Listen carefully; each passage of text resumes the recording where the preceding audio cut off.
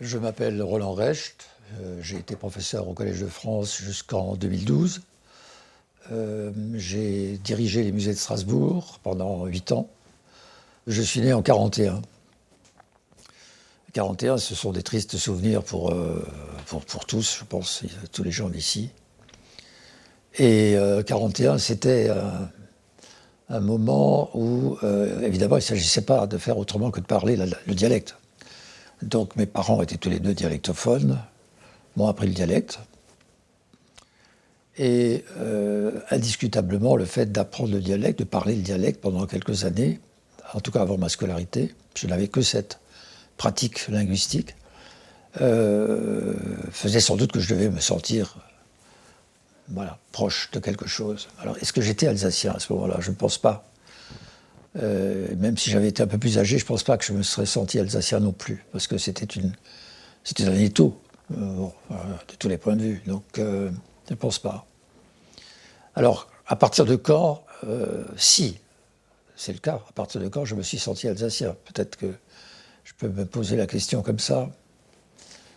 À vrai dire, je ne sais pas très bien comment répondre. Oui, évidemment, c'est un ensemble de choses qui font que il y a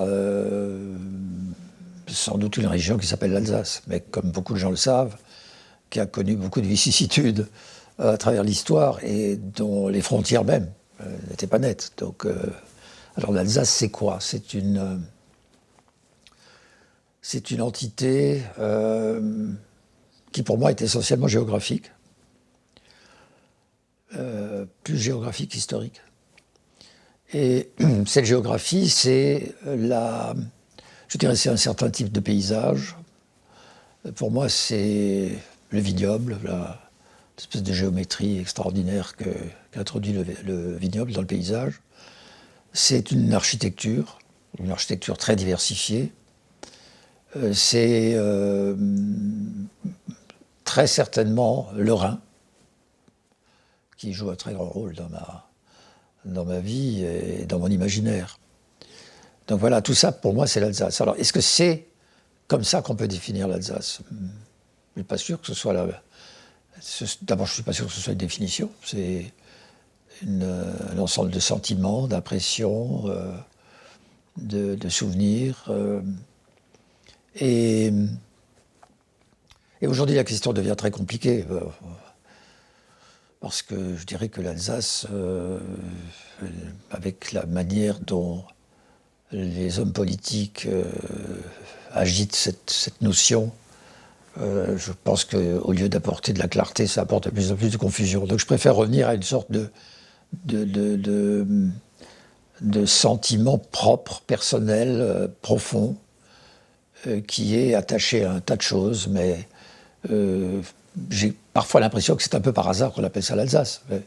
Et c'est vrai que je dis que je suis originaire d'Alsace si on me demande à l'étranger ou dans une autre région de France d'où je viens. Mais je le dis que si on m'interroge. Si on me dit qu'êtes-vous, je dirais d'abord je suis français. À la rigueur, je dirais que je suis européen. Mais alsacien, ça ne me vient pas tellement à l'esprit, parce que je ne pense pas que ce soit pour moi, en tout cas, une définition d'une partie de moi. Ça, c'est dans le Grand Est. C'est encore un de ces débats qui agite beaucoup de monde. À vrai dire, ce Grand Est m'a paru, dès le départ, une drôle d'idée. Alors qu'ensuite on s'échauffe à ce point de dire il faut qu'on ait quand même une reconnaissance propre. Là, je trouve que les opinions les plus absurdes, les plus aberrantes se sont exprimées. Et ce débat-là ne me touche pas, ne me concerne pas vraiment. Je précise quand même une chose. Mon activité d'enseignant, je ne parle pas de la direction des musées de Strasbourg, mais quand j'étais professeur à Dijon, ou quand j'étais professeur au Collège de France à Paris, donc, j'ai toujours continué de vivre en Alsace. En fait, je n'ai jamais quitté l'Alsace. J'avais des pieds-à-terre, bien entendu, ailleurs, mais l'Alsace a été toujours l'espèce de point d'attache central. Et c'est pas contradictoire avec ce que je viens de dire. Hein. Je pense que c'est cet ancrage que j'ai toujours beaucoup aimé, que je continue d'aimer.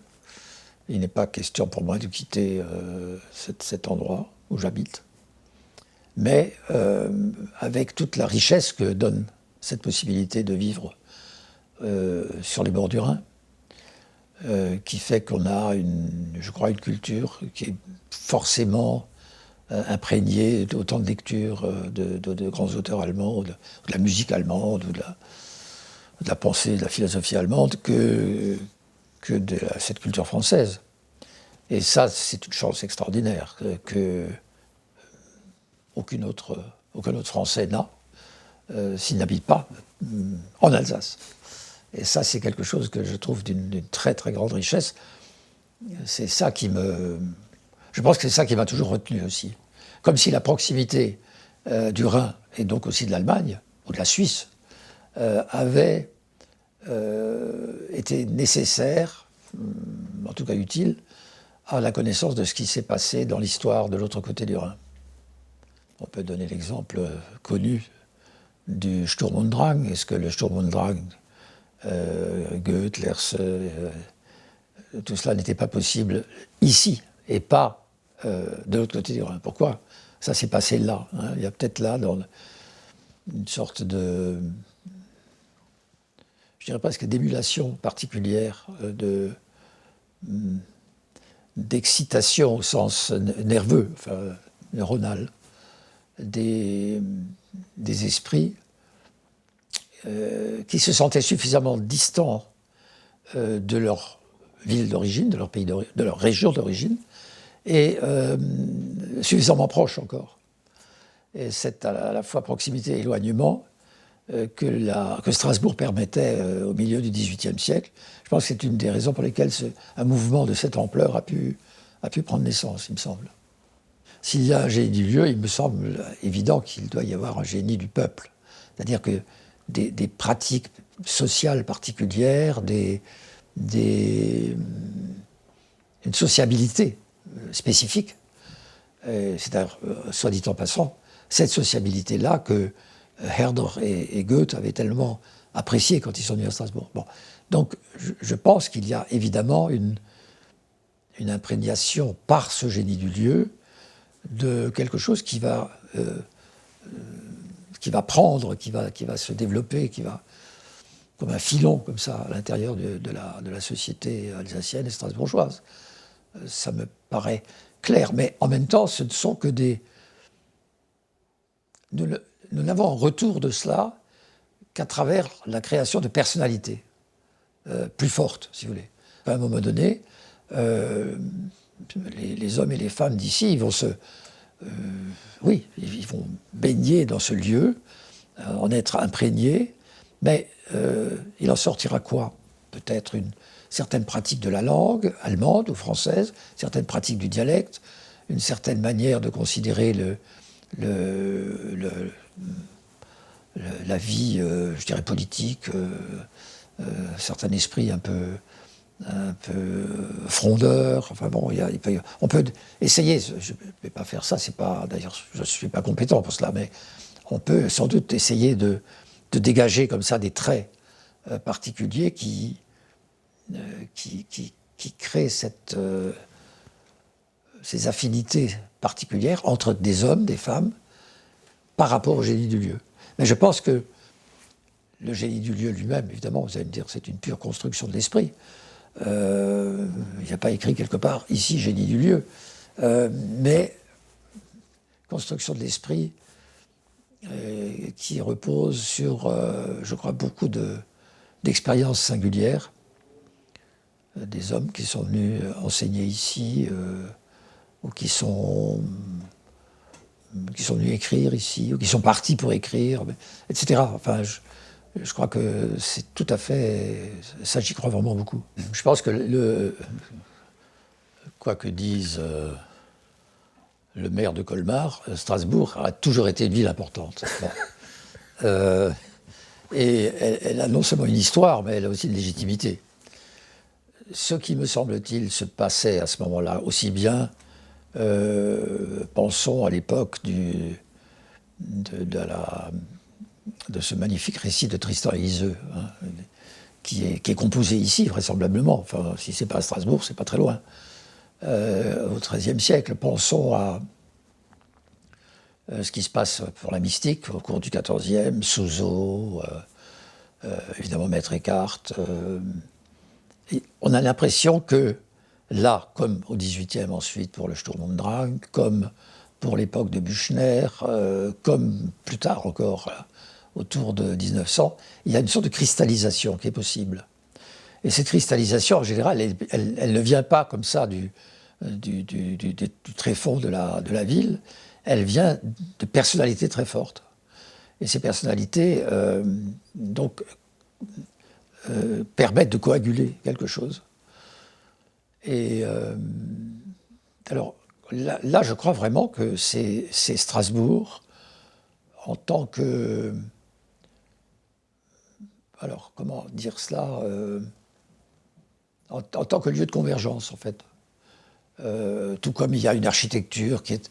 on peut penser tout simplement à la cathédrale. Comment l'architecture de la cathédrale est à la fois, par certains moments, issue de l'Île-de-France, du domaine royal, à d'autres moments plutôt de la Champagne, à d'autres moments de l'Allemagne du Sud-Est. Donc là aussi, il y a cette sorte de cristallisation qui se produit. Et même au XVIIIe siècle, il y a une architecture baroque qui n'est pas l'architecture baroque parisienne, qui apporte des inflexions particulières. Tout ça est le signe, je crois, d'une très forte prégnance de la part du lieu. Alors, le fameux génie du lieu, j'y crois vraiment beaucoup. Et je pense que Strasbourg a... on peut prendre des exemples, on vient d'en citer quelques-uns. Strasbourg a vraiment été une de ces rares villes de ces provoquants, autorisant ces convergences. Ce caractère européen, au fond, avant l'heure, là aussi, de la cathédrale, sachant qu'il est normal qu'il n'y ait pas eu un maître d'œuvre issu de Strasbourg, enfin qui aurait été strasbourgeois, ça va de soi, parce qu'il aurait été au chômage lui aussi pendant une période importante de sa vie, ou alors il serait allé comme les maîtres d'œuvre d'Ulm ou de Milan ou d'ailleurs, d'un chantier à l'autre, ce qui se passait souvent. Alors, leur réputation faisait qu'on les appelait ailleurs. Donc le caractère même, je dirais, cosmopolite de ce creuset strasbourgeois qui se manifeste dans la cathédrale, dans ses styles différents, dans ses options esthétiques différentes, est sans doute le sémaphore le plus visible, le plus voyant de tout cela. Et on ne pourrait pas dire que tel morceau d'une architecture romane ou gothique serait alsacienne. Voilà, ça c'est du gothique alsacien. Le gothique alsacien, ça n'existe pas. Le roman alsacien, ça n'existe pas. Ce sont toujours des styles qui ont été apportés par des architectes, parfois même simplement par des tailleurs de pierre, ce ne sont pas nécessairement des architectes, parfois par des tailleurs de pierre très doués, et qui ont importé leur propre savoir-faire. Mais leur savoir-faire lui-même était évidemment originaire d'autres régions, parfois pas très éloignées, parfois au contraire plutôt très éloignées, selon les parcours qu'ils faisaient pour trouver du travail.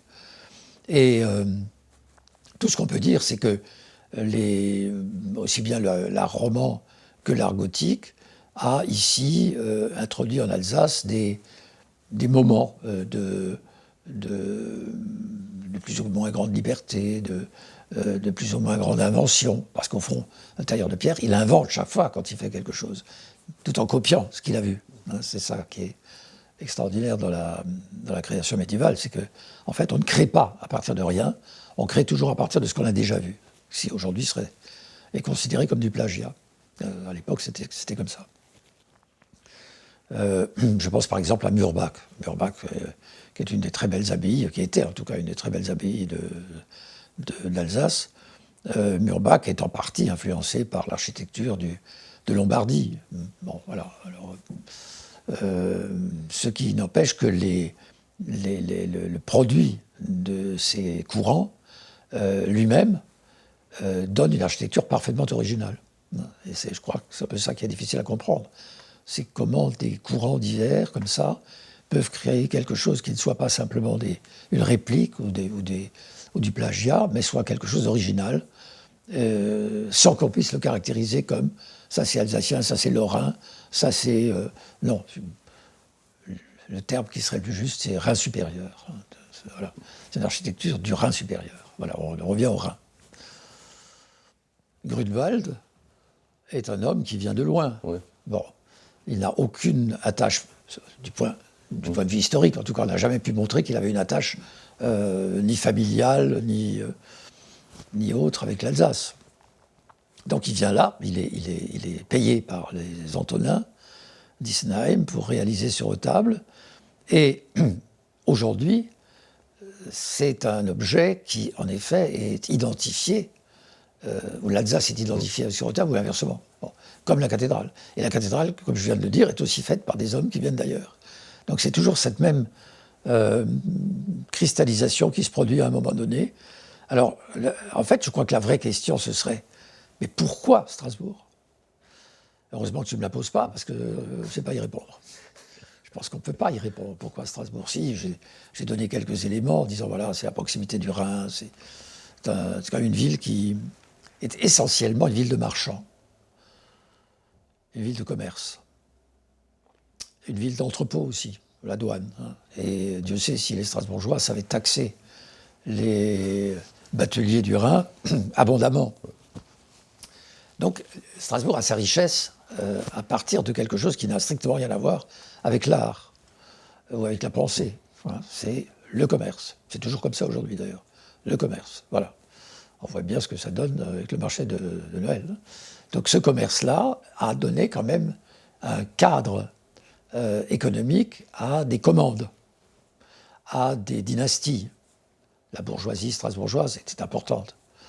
Des patriciens qui avaient des moyens financiers colossaux et qui veillaient bien à ce que leur famille rencontre par des mariages d'autres familles patriciennes. Bon. Donc là, il y avait une gestion du patrimoine très bonne. Mais c'est une ville de commerce. Et est-ce que les raisons économiques sont les seules qui expliquent cette arrivée ici d'esprit créatif et créateur comme ça? Je ne le pense pas. Je pense qu'il y a vraiment autre chose. Et peut-être ça qu'il faut chercher à définir, mais c'est pas aujourd'hui qu'on va y arriver, me semble-t-il. Alors évidemment, si l'enseignement de l'histoire de l'Alsace fait l'objet d'un débat demain entre les hommes politiques, ça va être terrible. Donc on fait comme si on n'avait rien dit. Mais je voudrais quand même revenir sur Saint-Léonard, d'abord. Parce que cette histoire, cette invention de l'Alsace, comme tu l'appelles très justement, parce que le mot invention est ambigu. L'invention, ça peut être un archéologue. L'invention d'une tombe néolithique, c'est la découverte. Bon. Donc des découvertes d'une réalité objective. Mais c'est aussi, on invente quelque chose, l'esprit invente. En l'occurrence, c'est les deux, chez Spindler et chez ses amis. Puisqu'il y a en effet une histoire de cette région qu'on ne peut pas nier, à laquelle il se réfère, mais il y a aussi, par exemple, tu faisais une allusion au costume folklorique, ça c'est un pur fantasme. Le costume folklorique alsacien a une histoire relativement récente et fortement appuyée à partir du moment où l'Alsace était rattachée à l'Empire. Avant, ces problèmes folkloriques ne se posaient pas vraiment. Jusqu'à la belle strasbourgeoise achetée jadis par Haug, qui est tout sans doute sauf une alsacienne, et encore moins une strasbourgeoise. Enfin bon, il y a comme ça des fixations qui se font sur des moments et sur des thèmes. Et Spindler et Logel, tous les deux, étaient fascinés par l'ethnographie, effectivement. Ensuite, leurs voix se sont séparées quand même. Spindler, je crois, est resté le plus plus proprement sensible à ce qui était cette région, de tous les points de vue, historiques, culturels, etc. Logel a de plus en plus forcé du côté de la détestation de l'Allemagne, et donc leurs voix se sont vraiment séparées. Et on voit bien comment, encore après la guerre, Spindler parlait de cette annexion de l'Alsace au Reich comme de quelque chose qui a été positif, qui n'a pas apporté que du malheur, comme peu à peu Logel et ses amis tendaient à vouloir le faire croire. Donc il y a là des éléments, je crois qu'il faut vraiment nuancer, mais le moment Spindler, le moment Saint-Léonard, il faudrait l'appeler comme ça, a été un moment de véritable cosmopolitisme, où des esprits aussi bien littéraires, philosophiques, artistiques, aussi bien français qu'allemands, venaient se retrouver et avaient créé presque une espèce de, on pourrait dire presque une sorte de colonie européenne avant l'heure. Mais ça a été relativement de courte durée quand même. Et on voit bien comment Spindler, dans sa propre œuvre d'artiste, a toujours maintenu, même quand il exposait à Saint-Louis aux États-Unis, il a maintenu des touches de folklore, je dirais le folklore le plus banalisé, la rue d'un village, avec des maisons à pans de bois, des Alsaciennes qui se donnent la main, etc. Donc il a toujours gardé cela comme une sorte de point comme un repère de quelque chose qui me paraît, alors du coup, être vraiment, je dirais à la limite inutile, enfin peu utile à la définition d'une région comme la nôtre.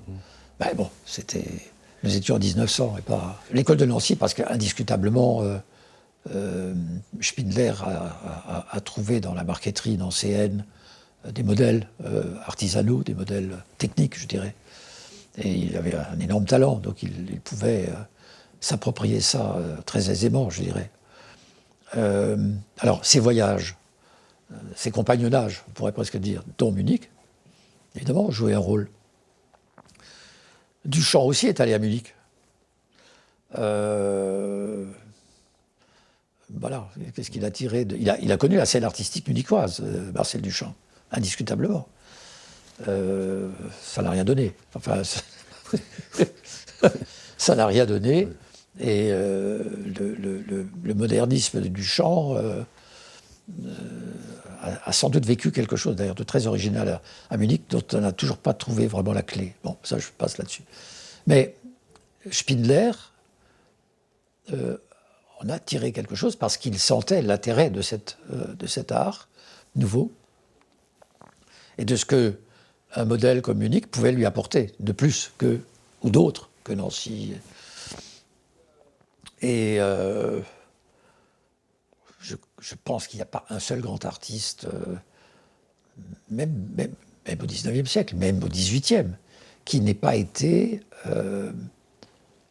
imprégné par des modèles, par la connaissance d'autres personnalités qu'il a rencontrées à l'étranger. Alors après, les revues vont jouer un très grand rôle, évidemment, c'est une banalité. Le fait d'avoir connaissance de ce qui se fait ailleurs par les revues, et les revues ont joué un très grand rôle, puisqu'on sait que Spindler lui-même en a créé une avec Logel. Mais oui, cette appropriation de l'extérieur fait que l'école de Nancy a été, je ne pense pas qu'elle ait été considérée comme un modèle très longtemps, mais elle a en tout cas su faire émerger quelque chose chez Spindler qui a ensuite donné des résultats intéressants dans son œuvre, certainement. Plus que Munich. J'ai essayé de mettre un peu de clarté, d'ordre dans tout ça, dans l'exposition Laboratoire d'Europe là, que j'avais réalisée au musée de Strasbourg il y a quelques mois, à la fin de l'année dernière. Et on a essayé de revoir toute cette question de cette époque. Qu'est-ce que l'Allemagne ce que l'Empire a apporté à cette région, à partir de quel moment y a-t-il eu vraiment une sorte de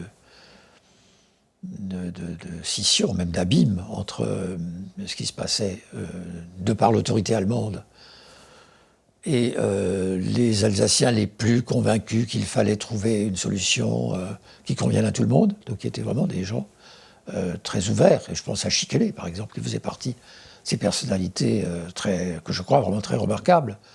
Il a continué d'écrire en allemand, mais il a lancé des appels à l'Europe des peuples et même des langues. Donc il y a vraiment eu là, à un moment donné, les choses se sont coupées. D'ailleurs, à un moment où l'avant-garde, c'était plus Spindler. J'ai parlé de Schickele, mais il y avait aussi Stadler, il y avait Otto Flake, il y avait toutes sortes de...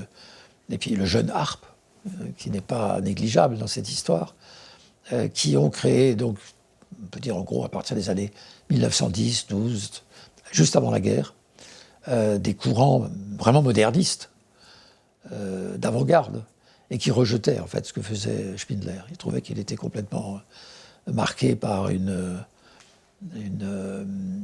folklorisme insupportable. Ça, ce sont des distinctions qu'il ne faut pas oublier à l'intérieur même de cette période d'annexion à l'Empire.